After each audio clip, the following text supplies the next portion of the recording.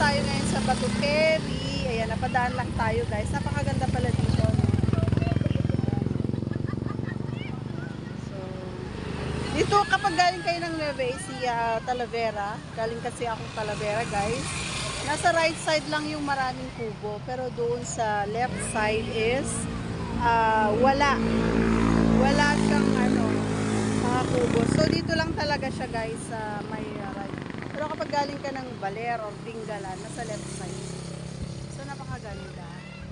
Pero mas maganda kapag bababa tayo para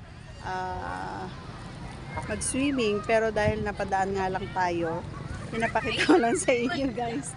Ayan, ang ganda. Parang ang sarap maligo na, nakakaingit. Ang daming tao guys. Ayan, sa susunod ay pupunta tayo dito guys. Siyempre kasama natin ang kapamilya. Ayan guys. Ngayon kasi is talagang dumaan lang tayo kasi pauwi na tayo.